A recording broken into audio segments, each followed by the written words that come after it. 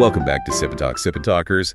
We are jumping right into what seems to be the least festive way to end the year 2025. Welcome, everyone. Yeah, it's certainly a lot to unpack, and unfortunately, none of it really involves holiday cheer. I'll say, just look at this name, Justice Mission 2025. It immediately sounds like propaganda. It has that ominous ring, almost like an end-of-year holiday gift package that nobody asked for. Right. Frankly, I felt like we had enough content to analyze for the last quarter of the year, and then the Chinese government just drops this whole new stack of material right into our laps. We should probably send them a thank you note. As we've, often joked, without the constant output from Beijing, at least a third of our quality content for these deep dives would simply vanish. Maybe more. The last major exercise was, what was it, Joint Sword? Yep, Joint Sword. Right. And that already drew a ton of criticism because, well, wasn't really joint with anyone other than themselves. This time they pivot to Justice Mission 2025. It sounds like a comic book movie. It totally does. But instead of superheroes, it's a full-scale military drill encircling Taiwan. The rhetoric here is what is truly, I think, heartbreaking because it's so clearly manipulative. I mean, Taipei Mayor Jiang Wanan had just returned from Shanghai, talked about cross-strait exchanges, peace and prosperity, and then boom, immediately afterward, missile deployment maps are being drawn up, closing international airspace. That whiplash. That speed. That speed of change. I'd call that the Sichuan opera a lightning-fast face change, but, a deeply unsettling one. And you're spot on. That speed is deliberate. Yeah. In international relations, this is textbook two-handed strategy. One hand offers the olive branch of dialogue and exchange. And the other brandishes a giant club. Exactly. The other hand brandishes the club of military coercion. And according to the latest analysis from outlets like Bloomberg and the New York Times, the sheer scale and the unprecedented specificity of these drills have reached a new benchmark for aggression. So what are they saying is the reason? Well, Beijing's official justice narrative is built to justify two concrete targets. First, the recent U.S. arms sale to Taiwan, that $11.1 billion package, which is now historically the largest single sale ever announced. Ever. Yeah. And second, they are explicitly claiming that military action is necessary to execute what they term and this is a quote, a Taiwan independence decapitation. Okay, that phrase, decapitation alone, tells you everything you need to know about the intent behind the rhetoric. This is not about benign defense. Not at all.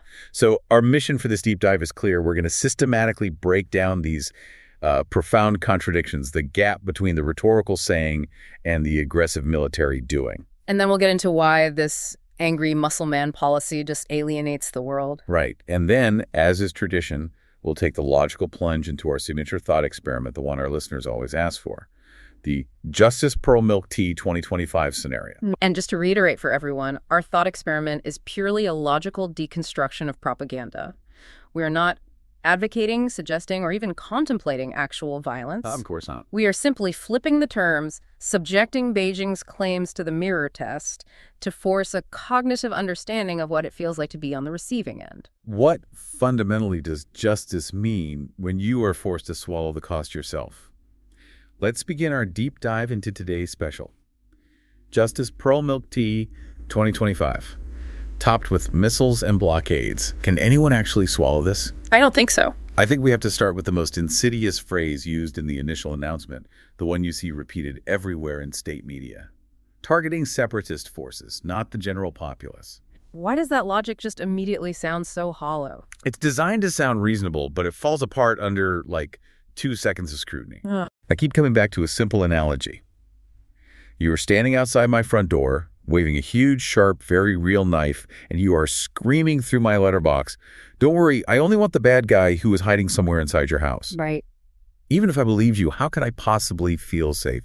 You are actively threatening my domain, my family, and my way of life to get to a third party who feels safe. Nobody. It's not just hollow, it's a calculated manipulation of fear and language. And your analogy is powerful because it highlights the immediate psychological impact. But to analyze this impartially, we first have to accept Beijing's official premise, however flawed we find it. Okay, so what's their premise? They view Taiwan not as a sovereign state, but as domestic affairs. So in their eyes, any military action is internal policing, not international aggression. I see. So the knife wielder thinks he owns the house. Precisely. And when the U.S. gets involved, providing arms, that involvement is immediately framed as an illegitimate interference, a debt to be repaid. This goes back to the Foreign Ministry spokesperson Lin Jian's extraordinarily revealing, quote, "The U.S. owes China the debt of unification." The debt of unification. What? Right, so that frames the $11 billion arms sale not as a strategic purchase for Taiwan's defense, but as a compounding of a historical grievance. In their logic, the military operation is simply a righteous or just act of collection. Okay, so they see themselves as the wronged party.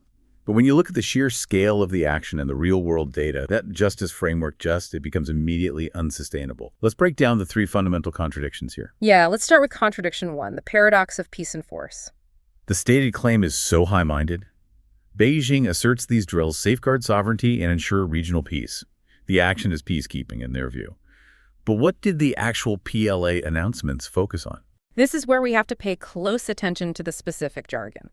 The reality, meticulously reported by the Straits Times, shows that the PLA, for the very first time in this current cycle of exercises, explicitly mentioned two deeply aggressive concepts. Sure. First, all-round deterrence and pressure. Okay, standard stuff. But second, and most critically, they mentioned blockading key ports, specifically Keelung and Kaohsiung. Blockading ports. Let's just pause on that. That isn't just flying jets overhead. Not even close. Keelung and Kaohsiung are economic and strategic lifelines. Kaohsiung, in particular, handles an immense amount of containerized cargo, including vital components for the global tech supply chain. So when they announce a rehearsal for a blockade, they aren't practicing a surgical strike against a political target. They're practicing how to choke off the essential food, energy, and medical supplies for 23 million ordinary people. Precisely. This rehearsal is a direct threat of economic suffocation and humanitarian crisis. That action is inherently hostile and destabilizing. So how can you say you're safeguarding peace while rehearsing the most catastrophic scenarios short of a full invasion? You can't. The rhetoric of peace and the reality of blockade rehearsals are mutually exclusive. It's a fundamental contradiction. And this leads us right into contradiction 2. Psychological distance and collective trauma. Beijing loves to appeal to history and culture, constantly emphasizing that blood is thicker than water. Right, the family dispute narrative. Exactly. But in the real world, and especially in psychology, a sustained, credible threat does not inspire familial warmth. It triggers the primal fight-or-flight response. You can't simultaneously claim kinship and wield maximum threat. It just doesn't work. And the timing of this exercise is particularly salient, December 30th, right before New Year's Eve. That has to be a deliberate choice, doesn't it? To inject existential fear into a time of supposed peace. It is absolutely deliberate. You are manufacturing collective trauma and deck aversion. You're telling the Taiwanese people your most sacred holidays, your sense of routine, your basic right to plan your life, all are subject to our immediate military whim. That just pushes people away. It doesn't win any hearts and minds. It does the opposite. This strategy is a textbook example of what psychologists call intermittent reinforcement threat. Okay, that's a fascinating, if terrifying, concept. Unpack that for us. Think of it like a slot machine, or unfortunately like a pattern in an abusive relationship. The threat doesn't have to be constant, it only needs to be credible and unpredictable. It keeps you off balance. Exactly. If you threaten someone constantly, they become numb or they leave. But if you alternate periods of intense fear, like a massive drill, with periods of seeming calm, like the Shanghai mayor's visit, you keep the target population in a constant state of low-grade anxiety. They can never relax. Never. They can never fully trust the calm. This constant psychological stress is debilitating and demoralizing, and crucially, it is fundamentally counterproductive to the stated goal of unification, because it just breeds this deep-seated resentment and trauma. So if the goal is to convince the world and the Taiwanese people that this is a righteous, necessary act of justice, the methodology itself is destroying any moral high ground. Which brings us to contradiction 3. The information silo effect. The split reality. Yeah. What they're hearing internally must be radically different from what the rest of us are seeing. It's a profound split. Internally, within the Great Firewall, the propaganda machinery is in overdrive. We see glowing narratives on CCTV and from influential nationalistic Weibo commentators depicting the action as the arrow of justice. Heroic, necessary defense. Pure, unadulterated national pride.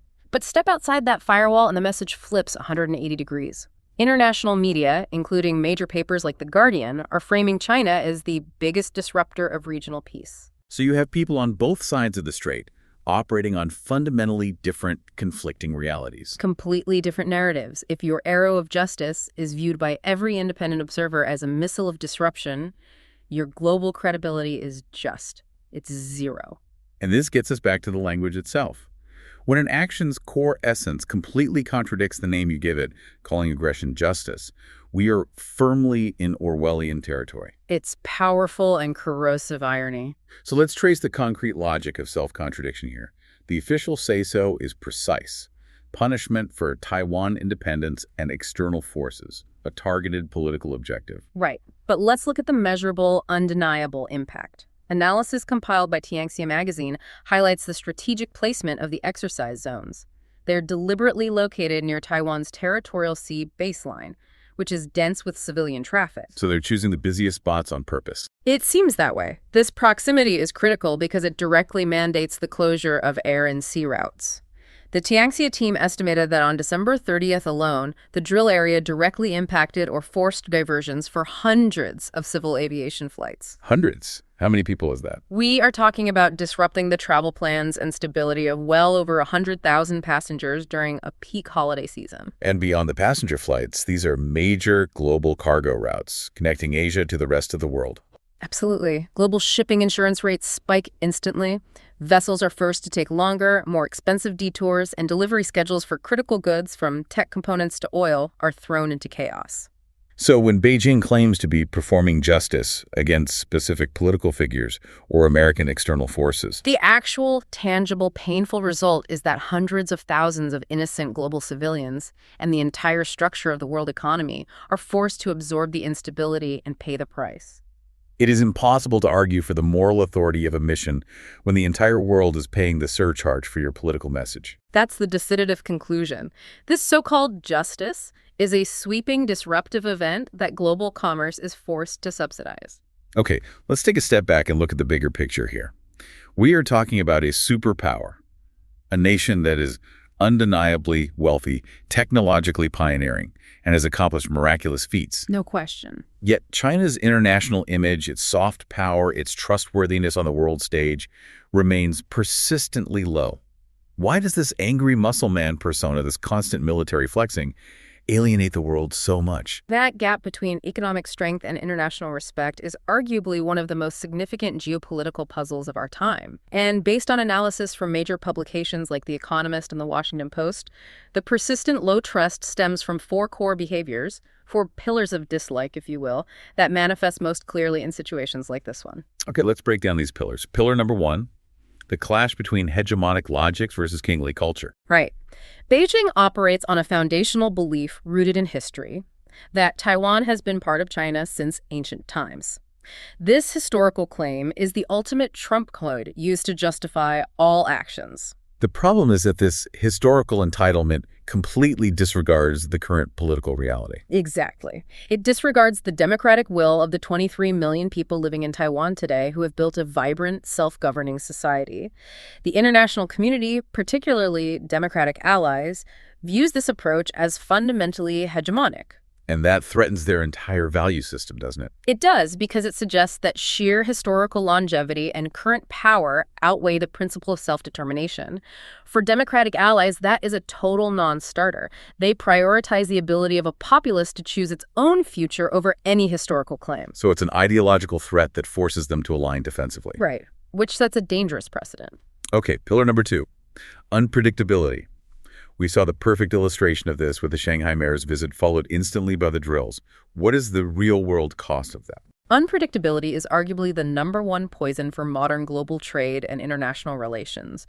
International investors, business managers, they're risk-averse. They crave stability above all else. And this is the opposite of stability. The absolute opposite. When a state demonstrates that its foreign policy can swing violently from a warm diplomatic exchange to an aggressive military simulation that shuts down major shipping and air lanes, in the span of 48 hours, it creates an intolerable risk premium for operating in that region. So the message is trust is impossible and your investment is immediately volatile. Exactly.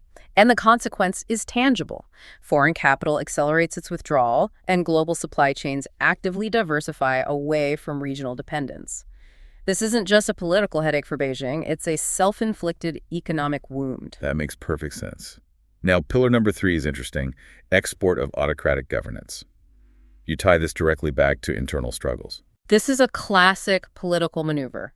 We know the Chinese economy has faced significant headwinds, challenges with youth unemployment, the property sector, slowing growth. When internal pressure builds in an autocratic system, a common tool is to engineer an external crisis. A distraction. A massive distraction and a source of nationalistic pride. The government can say, look away from the domestic issues. We're busy defending the nation against existential external threats. But how does that export the governance model? Well, the world sees this and draws a critical inference that China lacks internal mechanisms for managing dissent or economic downturn gracefully. Instead, they manage it by flexing military muscle externally. Which creates a sense of profound regional insecurity. Right. It suggests a lack of restraint. If internal issues lead to external aggression, then every economic dip in China becomes a security threat for its neighbors. That's the export of an autocratic problem. Which naturally compels neighbors to react defensively. And that leads us to pillar number 4, the wolf warrior diplomacy aftermath. This isn't just about Taiwan, it's about the overall tone. The current aggressive stance is not confined to one theater. We're seeing hardline, aggressive maneuvers simultaneously across multiple flashpoints: the South China Sea, the Sino-Indian border, and the Taiwan Strait. It's a 3-front challenge. It is, and it's highly alarming. It signals a country that is willing to challenge the status quo and potentially regional peace on 3 major fronts simultaneously. This persistent wolf warrior behavior forces neighboring countries, Japan, the Philippines, Australia, to dramatically increase their defense spending and forge closer defense alliances. So the strategy designed to assert regional dominance and push the U.S. out. Ironically achieves the opposite. It strengthens and solidifies a united, heavily armed opposition bloc right on China's periphery.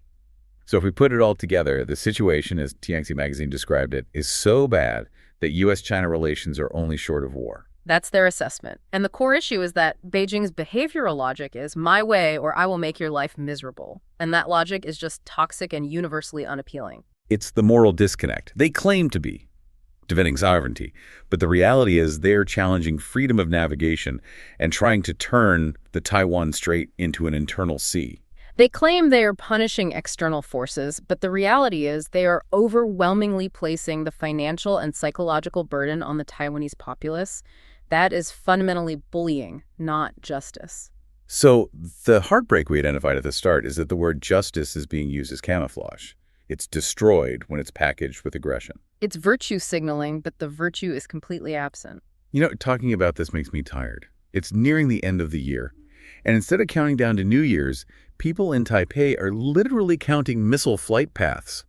Does constant intimidation eventually stop working? It definitely hits a wall. Analysts call this the dead end of unification by force. Coercion is only effective up to a point. If you can't attract people with shared values or prosperity, the only remaining lever is the threat of violence. But the more you use it, the less impact it has. It just becomes background noise almost. Precisely. The New York Times analyzed this as the waning marginal effect. The first few times Beijing launches these drills, you see panic. But the Taiwanese public has become psychologically inoculated. So they're used to it. They've shifted from panic to indifference, or more accurately, a hardened resolve coupled with dark humor. It's no longer, oh my God, what do we do? It's, oh, here we go again. I guess I should buy the national flag for the New Year's Day ceremony while I'm out. That's incredible. So the constant threat just hardens the national character and makes unification even more politically toxic. Intimidation becomes self-defeating. It's critical for our audience to understand that this pattern labeling aggression as justice or self-defense is not unique. It's a known political playbook. Let's connect this to historical examples, specifically the justifications Russia used for its 2022 invasion of Ukraine. The comparison is chillingly effective because the rhetorical structures are nearly identical. Both actions use historical claims and perceived threats to justify immediate, disproportionate military force. So let's start with Russia's primary official claim in 2022.